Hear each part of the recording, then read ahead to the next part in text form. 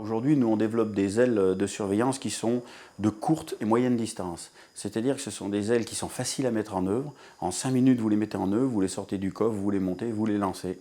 Vous pouvez les envoyer jusqu'à 20-30 km avec un retour vidéo en vol automatique. Décollage très facile, elles atterrissent sur 4 mètres, hyper résistantes. La DRAC, elle va être utilisée pour l'orthophoto. Donc pour modéliser, pour faire des calculs de cubature. Et son second rôle, ça va être la surveillance. C'est une aile qui est assez rapide à mettre en œuvre, qui peut être très rapide en vol, donc qui peut aller assez rapidement sur le lieu à observer. Elle a deux types de navigation, soit elle navigue en manuel, donc là c'est un télépilote qui pilote l'aile, simplement. Ou alors on peut la lancer en vol automatique par des waypoints. Donc les waypoints sont des points GPS avec une altitude. Et on crée un programme de vol avec plusieurs points waypoints et l'aile fait le parcours toute seule. On l'a fait voler entre 60 et 150 km/h. À 60 km/h, on va beaucoup l'employer pour les orthophotos, parce que le but c'est de voler lentement. Pour les cas de surveillance, on peut voler plus vite. Alors aujourd'hui, on a une autonomie, on va dire une autonomie basique de 40-45 minutes de vol. Et on est en train de développer des batteries pour étendre l'autonomie jusqu'à 1h20, 1h30 de vol. Elle est équipée d'un système contre la perte qui va être ou automatique avec un retour automatique de l'aile au-dessus de son point de décollage, soit si l'aile malencontreusement se crache, l'aile va émettre sa position GPS XYZ pendant plusieurs jours.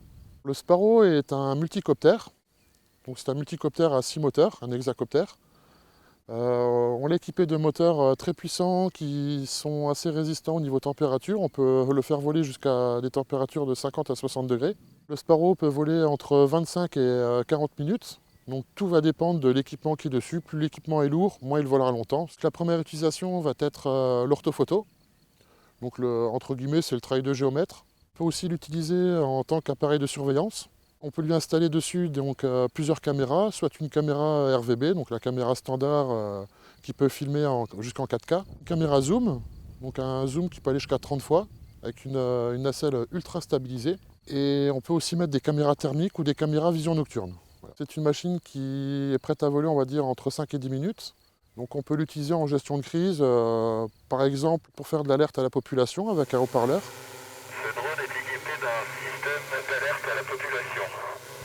On peut aussi évaluer quand il y a des inondations. Nous avons des petits hélicoptères légers, des mini-hélicoptères qui font 145 kg, qui se déclinent en plusieurs solutions moteurs, c'est-à-dire la solution turbine, avec une mini-turbine, et soit la solution moteur thermique. Et on a des autonomies de vol qui vont entre 2h30 et 3 heures de vol à une vitesse de croisière de 110 à 120 km/h. On peut le transporter directement sur une remorque, aller plus ou moins proche du site pour faire une reconnaissance, pour faire un vol d'intervention rapide, je dirais, et revenir. Ça limite les coûts. C'est plus facile de faire voler un hélico qu'une heure pour aller vraiment se rendre compte sur un site que de le faire partir d'une base à 500 km et le faire voler 5-6 heures pour rien. Je vais vous présenter le robot d'inspection crawler. Donc c'est un véhicule roulant 4 roues motrices avec un pont fixe à l'avant et un pont fixe à l'arrière. Une direction à l'avant et une direction à l'arrière pour pouvoir vraiment passer partout. Donc ce n'est pas un véhicule rapide, c'est un véhicule qui est assez lent. En gros, on le fait rouler entre 6 et 8 km/h maximum. Par contre, il a des capacités de franchissement assez impressionnantes. Donc ce robot peut être équipé d'une tourelle. Donc là, on l'a équipé d'une tourelle avec une caméra zoom. Donc la caméra, bien sûr, peut tourner droite à gauche, regarder en haut ou en bas. On a une autonomie qui peut avoisiner les 25 minutes. C'est un véhicule d'inspection qui va pouvoir aller un petit peu où on veut, passer des marches, monter éventuellement des escaliers, pouvoir tourner très court en tournant le train avant et le train arrière. Donc pour contrôler ce véhicule, on utilise une radiocommande de 32 voix. Donc le véhicule nécessite entre 8 et 10 voix pour le faire fonctionner. Après tout le reste, ça va être des options comme le commande de la nacelle, la commande de la caméra, du zoom. Après dans ce cas-là, on a juste mis une caméra zoom, mais on peut très bien mettre un capteur de gaz, un capteur de lumière, ou bien un bras avec une pince, on peut vraiment mettre tout ce qu'on veut dessus.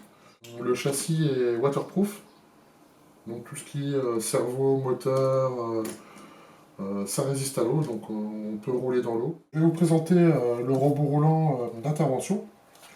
Donc c'est un véhicule à 4 roues motrices, avec un châssis en plastique. Les pièces se remplacent très facilement, ça c'est l'avantage.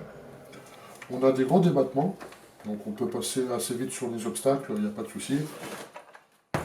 C'est bien amorti. Donc un gros moteur qui peut être alimenté en 16 volts ou en 22 volts. Donc en 16 volts, on arrive à des vitesses aux alentours des 40 km/h. Et en 22 volts, on dépasse les 65 km/h. L'avantage de cette machine, c'est sa mise en route assez rapide. Donc on a une autonomie d'un peu plus d'une demi-heure. Donc le robot est équipé d'un autopilote. Donc c'est-à-dire qu'il est capable de reproduire un parcours qu'on aura au préalable enregistré sur un ordinateur, donc on est en aire du pilote. Ou alors on le fait rouler, on enregistre les points en roulant, et le tour suivant, on peut faire en sorte que la voiture roule toute seule. Nos derniers essais ont été faits avec la caméra de chez InPixel, une caméra dôme entièrement autonome, qui est capable de reconnaître et de suivre tout seul certaines choses, comme des individus, des véhicules, et éventuellement faire de la surveillance de clôture.